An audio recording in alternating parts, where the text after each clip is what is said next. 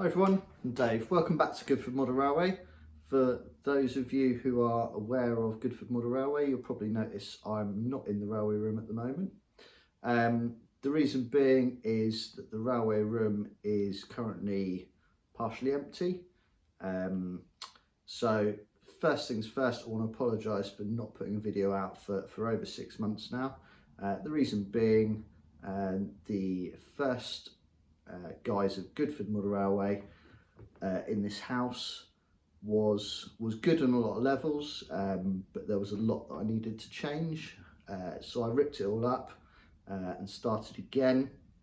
Now what I started again with was good for running trains round and round, but ultimately I got quite bored of that, and I don't think I was using the space as well as I could have done. So the reason why I've only done one video on that layout is because it never really progressed that far. I could never bring myself to doing the scenery, so enough was enough, and I've ripped that up apart from the fiddle yard. Now, on the back of that, what I want to do long term, my life goal has always been to get a model railway into a magazine. Now, the chances of getting that done I think were quite slim, especially when things weren't finished. So what I've decided to do is give myself a very tight challenge, and I want to get a layout finished in a year. Now I've broken down based on what I've done before, all the things that need to be done, so I'm just going to do it quite simply and try and do one section every month in 2024. And hopefully I'll have it done by the end of the year, and hopefully I'll be able to do a video each month so you can see the progress. Now, the 12 things I've broken it down to are planning, baseboards, track laying, electrics, signalling, track detailing, ballasting, platforms and station, bridges and tunnels, buildings, landscaping, and finally detailing. Now, of course, all these things take a lot of time, and some of them will be interspersed with others, but the plan is, as I say, to get it done in a year. So in January, I've been doing a lot of planning, and I think I've come up with a, dare I say, a final plan. Historically, I've got to the stage of doing the track plan. I got really excited about it, and I just cracked on and started building the layout.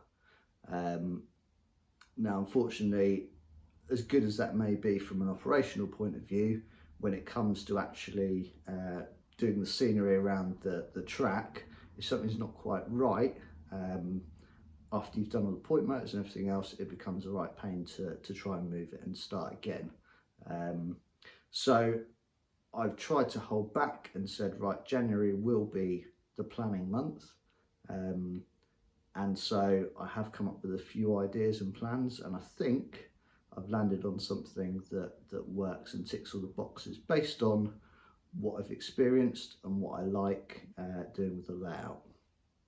Now, jumping back very quickly to the previous two layouts, the first layout I had in this house was a roundy, and it had a station. If you look back at previous videos, you'll probably see had a station, a big depot, and a scenic area and a fiddle yard. There was a lot wrong with the layout. The fiddle yard wasn't big enough, it never was big enough. The depot was all track and nothing else, and there wasn't enough room behind the tracks to do any sort of scenery. The station I don't think had enough platforms either, so it was quite limited from an operational scope point of view.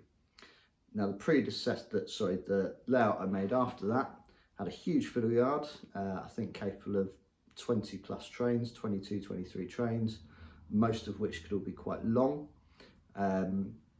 Now I found that to run all of those trains would take me a couple of hours just to run everything round once.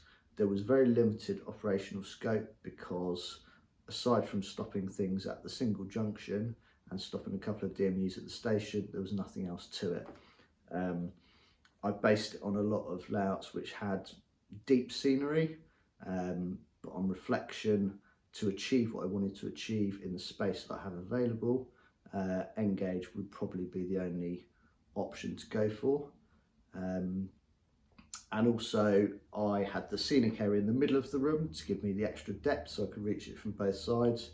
But actually I found I was spending half of my time crawling under the board to get into the middle, to get to the fiddle yard, to get to the stock. So although it was great not having to crawl under the layout or lift something out to get into the room, I found once I was in the room, I was going under the boards a lot more than I like, and unfortunately my knees aren't up to crawling around too much on the floor. So those are the reasons or the things I liked about the previous layouts. So I've tried to combine them all into one. So I will show you what I've come up with on a bit of software called AnyRail. For those of you not familiar with the planning software that I use, this is AnyRail. I think it's available as a free version, up to a certain number of pieces. I have got the licensed version, and I've used layers, which allows you to add things into certain layers so you can easily hide and show them. So what I'm going to do is run through all the different layers I've created, and hopefully you'll get a vision for the final plan when I've finished this video. So here is the room itself. It's roughly 20 foot by 12 foot, give or take. You can see there's a door at the bottom and there's a couple of windows, and the other bits in the room are just the notches that come into the room. So the first thing I'm going to show you, and this isn't how I planned it, I built the baseboard around the track, and this will become quite clear as we run through. So the first thing to show you is the actual baseboard. So you can see as you come into the room at the bottom here, you've got a lift out section which will be fully removable, so you can walk in and out. I don't want to have a hinged section this time round. So the first thing worth noting on this is it fills the room. The first incarnation of Goodford had a large space in the middle of the room, which was, in my opinion, relatively wasted space. So this fills the whole room, this layout. There's a big gap here, which you'll be able to see is where I put my furniture. Now, something that's very important, I think, is to have a desk and a work area, and have the things around you that you need access to do all the tasks outside of just running trains. So as I mentioned in the first section of this video, the previous layout, I've kept most of the fiddle yard. So the coloured bits that you can see here, the the orange and the blue bits are for the most part still there, and all functioning and working. They've all got ABC braking set up on them, all the point motors are fixed. So I've tried to recycle as much of the last layout as possible. So most of it is there. The grey bits are new bits. So yeah, the next bit I want to show you is where the station is going to go. The station will be on the bottom left. So you can see there, it's a seven track station, and there'll be 2, 4, 5 platforms to stop things at. You've also got a junction on the right hand side of the station, which allows access to all tracks from any track entering from the right hand side. Now it'll become clear in a minute that the station is only half of what you would see in the real world, so things will sort of half hang into the fiddle yard, so you need to have the option to run stuff around. Now the next bit I want to show you is it all connected. You can probably guess where the tracks are going to go. So this is the scenic section. Okay, so you've got a large sweeping curve on the right hand side that runs into the station. Essentially it's sort of almost 3 layouts in one.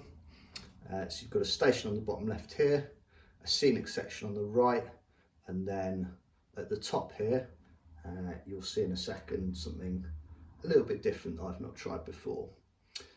So to give you an idea of what's cut off and what isn't, the red line that I've just added in is the back seam.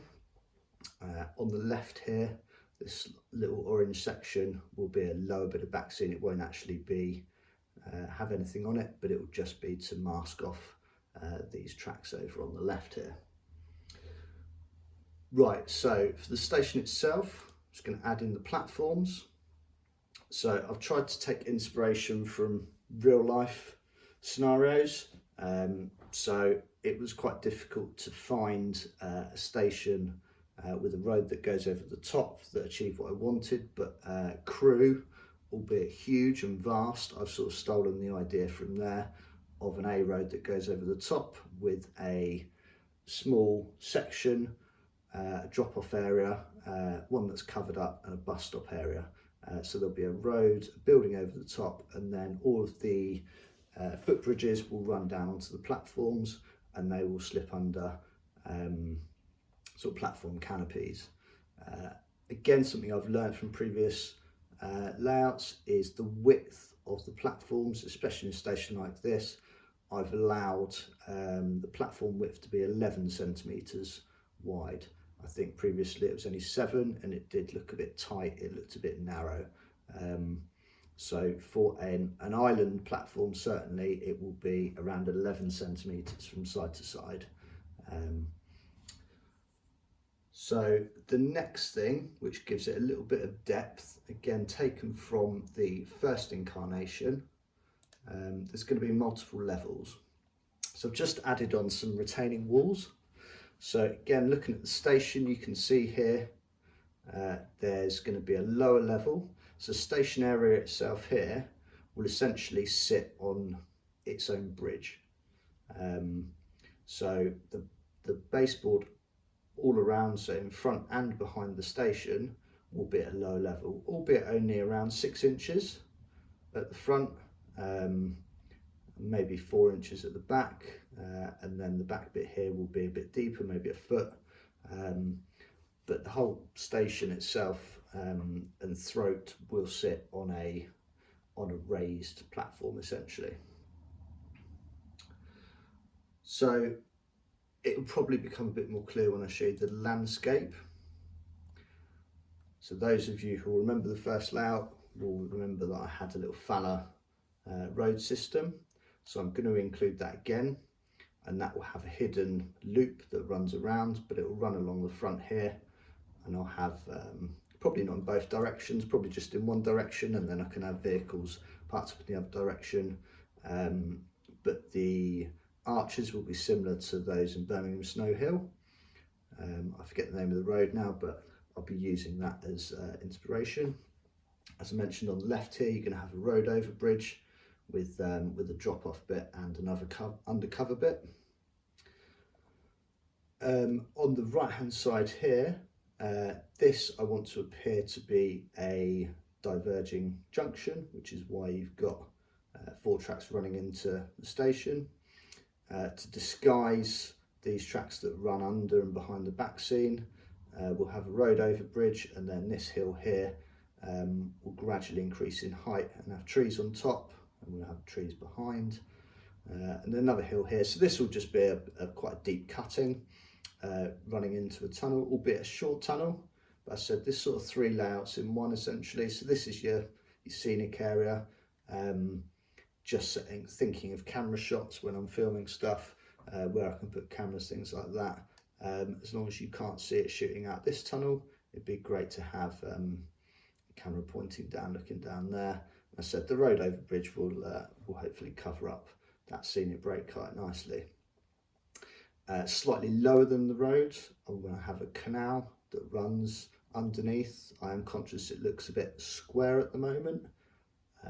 So trying to put a bit of angular detail on it.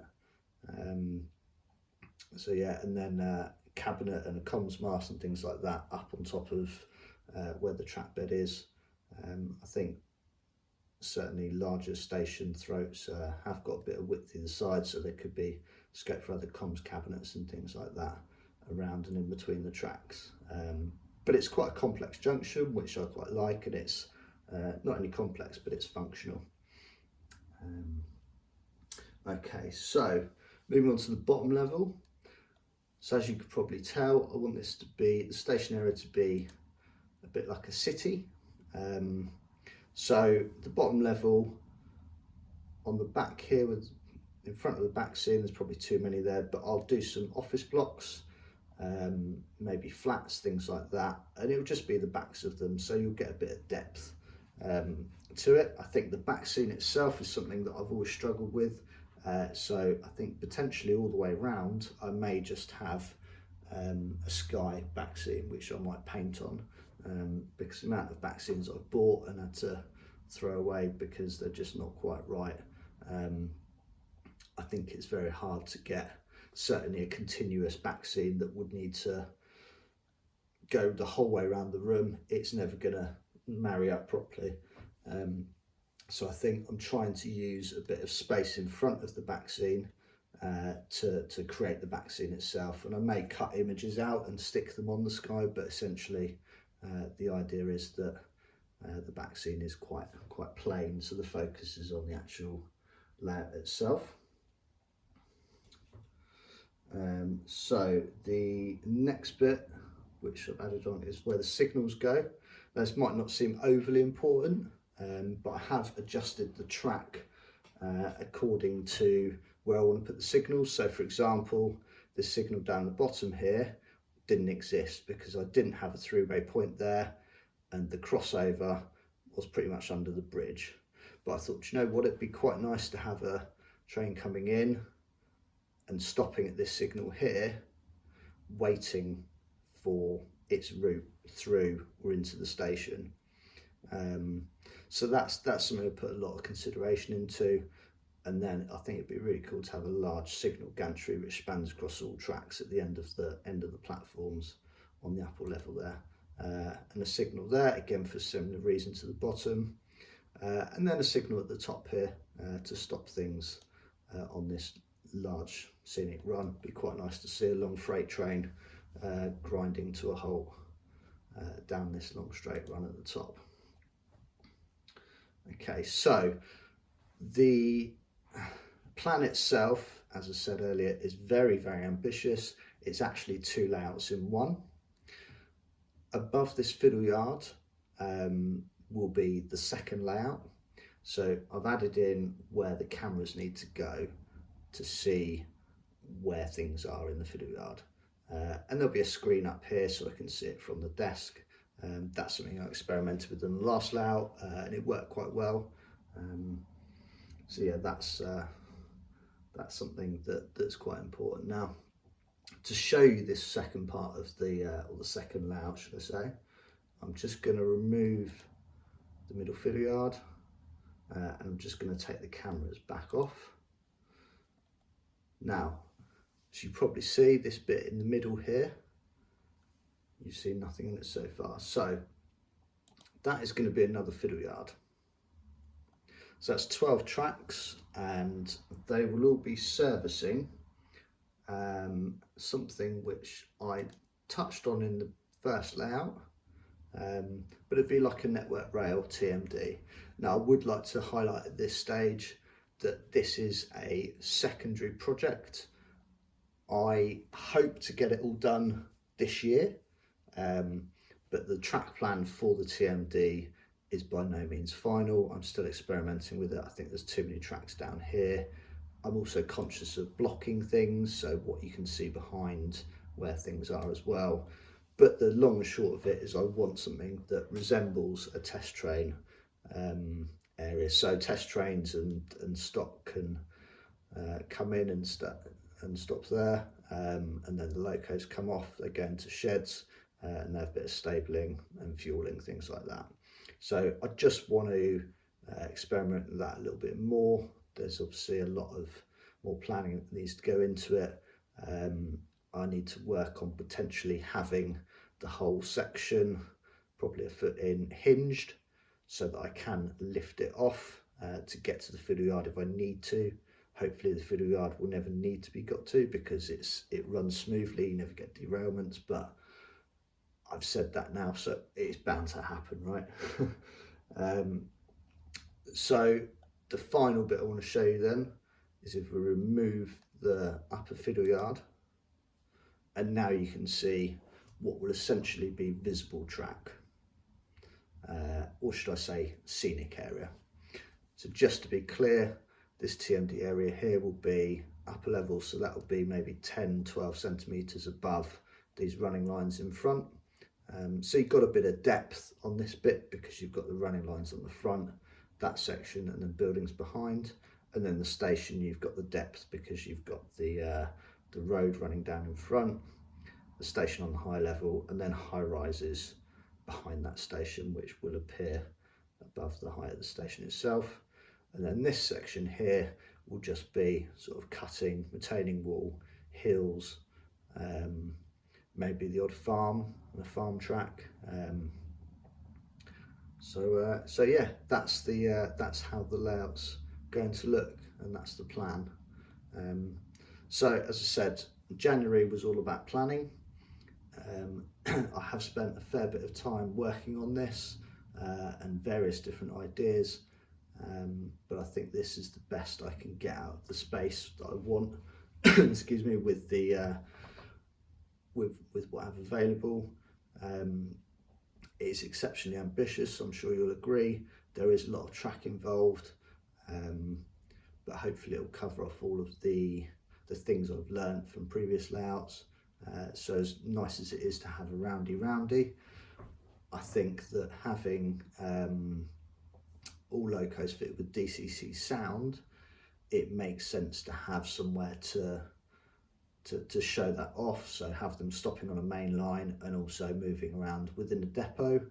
I did find that having all my locos up on display cabinets on the wall, and when I looked at the layout there was nothing there because it was all in the fiddle yard, it just wasn't particularly impressive. So this gives the option to have stuff out on display on a layout itself, whether that be in a large station or in a depot area. So yeah, I'd be interested to hear some of your thoughts and feedback as to the plans, any ideas you might have of how I could tweak it. I'm sure I'm in the same position everyone else is, where they come up with the plan and it's going to be set in stone, and then actually as you come to build it, things change and evolve as you go on. I'm sure that will happen, but hopefully I've tried to cover off as many bases as possible at the earlier stages, and thought about how the railway itself is going to bed into the surroundings rather than trying to create surroundings around the railway, which is a mistake that I've made as a modeller in the past. So yeah, thanks very much for watching this short video, and I look forward to any feedback and comments that you might have. Hopefully I will see you at the next stage, which will be baseboards in February. So see you then, take care, cheers, bye.